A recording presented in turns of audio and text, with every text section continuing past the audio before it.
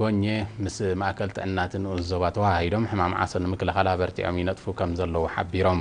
ንሳቶም ኣብ ሓበሬታኦም ዝነብሩሉ ከባቢ ኣብ ገማግም ሩባ ዝተደኮነ ኣብ ርእሲ ምዃኑ ምስ ዘሎ ጥሉል ክራማት ተርእዮ ሕማም ዓሶ ክኽሰት ተኽእሎ ከም ዘሎ ብምግንዛብ ምስ ማእከል ጥዕናትን ዞባ ተዋሂዶም ሓበራዊ ከባቢያዊ ፅሬት የካይዱን ኣብ ዝካየድ ዘሎ ምንጻግ ፀረ ጣንጡ መድሃኒትን ይዋስኡን ከም ዘለዉ ገሊፆም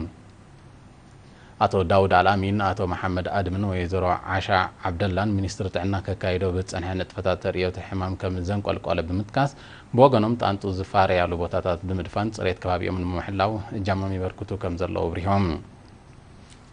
አማሓዳር መምሕዳር ከባቢ አዳላቶ እድሪስ ሓዞት ወይዘሮ ሓዋ አጋርን አቶ ሳልሕ ጁማን ድማ ህዝቢ ዘካይዶ ዘሎ ንጥፈታት ጽሬት አካባቢ ምስ ዝንጸግ ዘሎ ጸረ ጣንጡ መድሃኒት ተደሚሩ ኣብ ምክልኻል ሕማም ዓሶ ልዑል ኣበርክቶ ከም ዘለዎ ብምእማን ዘሰላስሎ ዘሎ ሕማም ክቕጽሎ ምዃኖም ኣረጋጊጾም